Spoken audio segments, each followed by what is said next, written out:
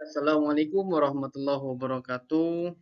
Saya Novan Kurniawan, CGP Angkatan 11, mengajar di SMP Negeri 158 Jakarta.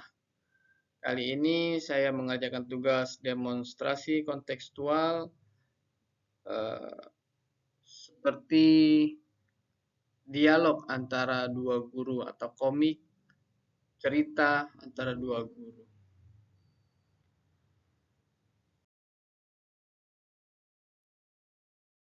Assalamualaikum Pak Novan, apakah saya boleh bertanya?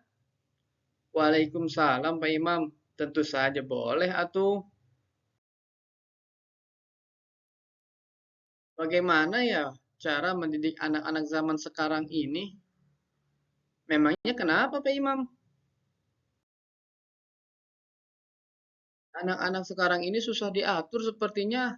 Dikerasin malah melawan, tapi kalau didiamkan makin jadi. Oh, begitu ya Pak Imam. Jadi begini Pak Imam. Menurut buku yang saya baca, pendidikan atau pengajaran itu ibaratkan tukang kebun yang sedang menanam bibit. Maksudnya? Maksudnya, kita ini ibarat sedang menanam bibit yang mesti kita jaga, rawat, dan kita pupuk. Bibit itu ibarat peserta didik, dan sementara tukang kebun itu ibarat pengajar. Pak Imam misalnya memiliki bibit biji kopi, jagung, dan coklat. Bibit tersebut Pak Imam tanam, namun itu bibitnya kurang berkualitas atau bukan bibit yang terbaik. Bibit yang kurang berkualitas itu ibaratkan peserta didik yang Pak Imam hadapi. Kemudian, bibit tersebut kita tanam di tempat yang subur, diberi pupuk, disiram, dan mendapatkan cahaya matahari yang cukup. Kira-kira bibit itu akan tumbuh atau tidak, Pak Imam? Tentu bisa tumbuh. Kemudian, bisakah bibit kopi tumbuh menjadi jagung? Atau bibit jagung tumbuh menjadi coklat? Dan bibit coklat tumbuh menjadi kopi? Ya kagak bisa lah Pak Novan. Aja-aja ada ini Pak Novan. Nah, itu paham.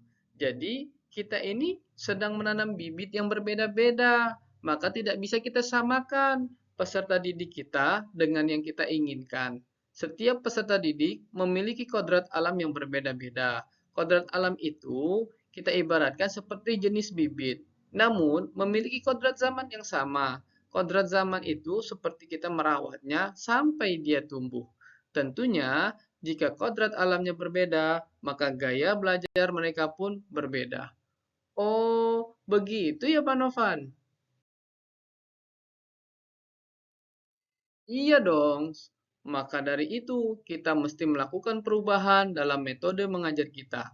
Lakukan model pembelajaran yang dibutuhkan oleh peserta didik kita. Saat ini, salah satunya dengan menggunakan metode pembelajaran yang berdiferensiasi, guna mewujudkan pembelajaran yang menyenangkan dan tidak membosankan. Oh, pendidikan merupakan sebuah jembatan yang menghubungkan antar dua tempat, yaitu tempat saat ini dan tempat masa depan. Saat ini kita sedang mengantar peserta didik kita ke masa depan mereka yang cemerlang. Masa depan tidak akan sama dengan masa kini. Tentunya ada perubahan untuk mencapai masa depan. Oleh sebab itu, perubahan dalam gaya dan metode belajar itulah yang harus kita siapkan untuk mewujudkan pendidikan yang merdeka. Hmm, Kalau begitu, saya salah dalam mengajar peserta didik saya, Pak Novan. Terima kasih sudah berbagi ilmunya, dan saya akan siap melakukan perubahan dalam mengajar. Ingat Pak Imam, kata Ki Hajar Dewantara, ing ngarso sung tulodo, ing madya mangun karso, tutwuri handayani. Di depan kita harus bisa memberikan contoh. Di tengah kita harus bisa memberikan ide atau gagasan. Dan di belakang kita harus bisa memberikan dorongan. Siap, Pak Novan. Alhamdulillah, saya sudah paham saat ini bagaimana cara mendidik anak-anak saat ini. Terima kasih banyak. Sekian dan terima kasih.